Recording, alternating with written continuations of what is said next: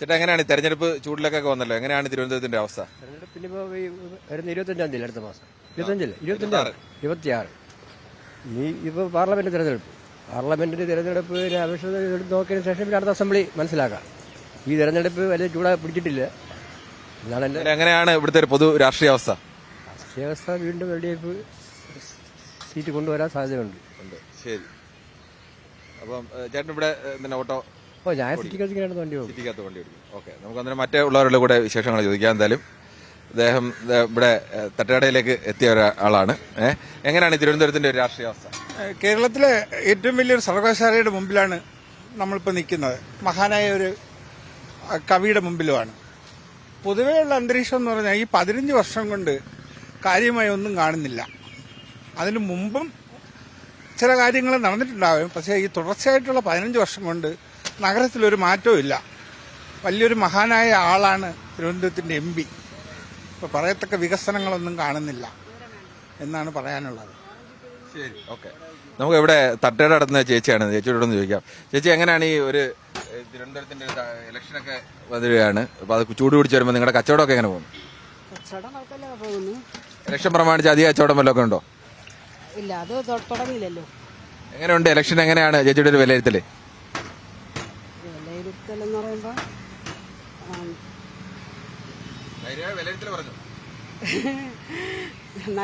നല്ല പ്രവർത്തനം ചെയ്യണവർക്ക് വോട്ട് കൊടുക്കണമെന്ന്. രാഷ്ട്രീയമല്ല നോക്കുന്നത്, നല്ല പ്രവർത്തനമാണ് നോക്കുന്നത്.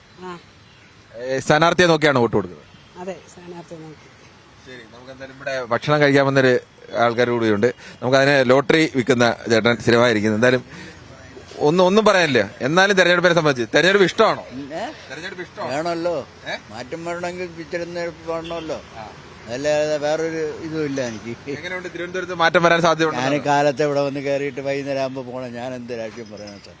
എനിക്ക് അതിനെപ്പറ്റി അറിയില്ല. സാധാരണ മനുഷ്യരല്ലേ വോട്ട് ചെയ്തല്ലേ ആളുകളെ ജയിപ്പിക്കുന്നത്? ആയിക്കോട്ടെ, വേറെ അവകാശം ചെയ്യാതിരിക്കാവില്ല, ചെയ്തല്ലേ പറ്റുള്ളൂ, അങ്ങനെയുള്ളൂ. ശരി, ഓക്കെ. എന്തായാലും അദ്ദേഹം അങ്ങനെ ഒരു സ്വന്തമായി രാഷ്ട്രീയം ഏതാണെന്ന് തുറന്നു പറയുന്നില്ല. പക്ഷെ എന്തായാലും മറ്റൊരു ലോട്ടറി കച്ചവടക്കാരൻ കൂടിയാണ്. ചേട്ടൻ എങ്ങനെയാണ് തിരുവനന്തപുരത്തെ ഇലക്ഷനെ കാണുന്നത്? കാണാനൊന്നുമില്ല, എല്ലാവരെയും കണക്ക് കണ്ടു.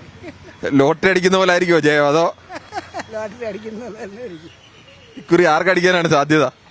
സാധ്യത പറയാൻ ഒക്കില്ലല്ലോ. കടുത്ത മത്സരമാണോ? കടുത്ത മത്സരം തന്നെ. എത്ര വർഷമായിട്ട് ഇവിടെ ലോട്ടറി വെക്കുന്നത്? 12-13 വർഷമായി. ഇവിടെ തന്നെയാണോ?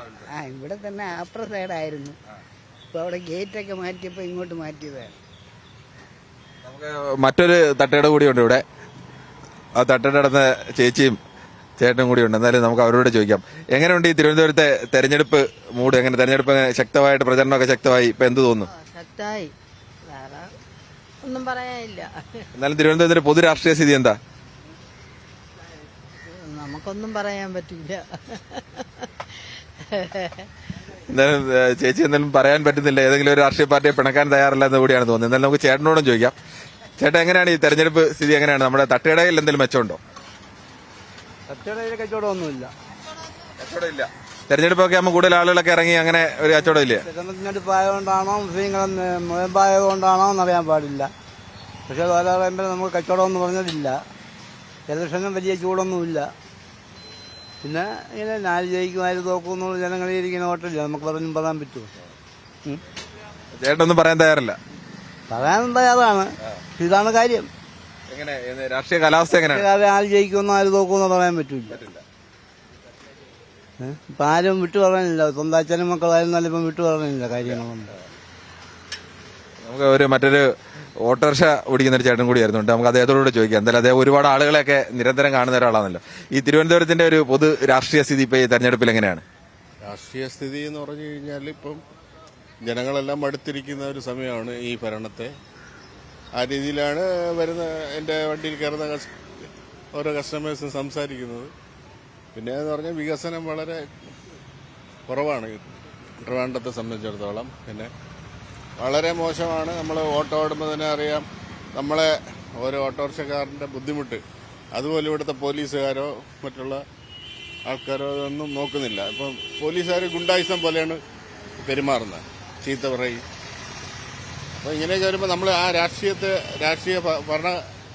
കർത്താക്കളെയാണ് നമ്മൾ അത് നോക്കുന്നത്. അപ്പോൾ അവരെങ്ങനെയാണ് പെരുമാറുന്നത് അതനുസരിച്ചായിരിക്കും അവരുടെ പുറകിൽ നിൽക്കുന്ന പോലീസുകാരും ഉദ്യോഗസ്ഥരും പെരുമാറുന്നത്. അത് നമ്മൾ അനുഭവം കൊണ്ട് പറഞ്ഞാണ്. ചീത്ത വിളിക്കുക, എടുത്തോണ്ട് പോടാ എന്ന് പറഞ്ഞ് ചീത്ത തെറി പറയുക, അങ്ങനെയൊക്കെയുള്ള സംഭവങ്ങളൊക്കെ ലൈഫിലുണ്ടായി. ഞാനിപ്പോൾ ഒരു 8 മാസമായുള്ള ഫീൽഡിൽ ഇറങ്ങി. കൊറോണ വന്ന് ആണ് ടെക്സ്റ്റൈൽ ഫീൽഡിൽ നിന്ന് ഇതിലോട്ട് വന്നത്. 30 വർഷ സർവീസാണ് ടെക്സ്റ്റൈൽ ഫീൽഡിൽ. അപ്പോൾ നല്ലൊരു ഭരണം വരണമെന്നാണ് ആഗ്രഹം. അത് ഒരു മൂന്നാം മുന്നണി ഇവിടെ വന്നാൽ വളരെ നന്നായിരിക്കുമെന്നാണ് എൻ്റെ ഒരു അഭിപ്രായം.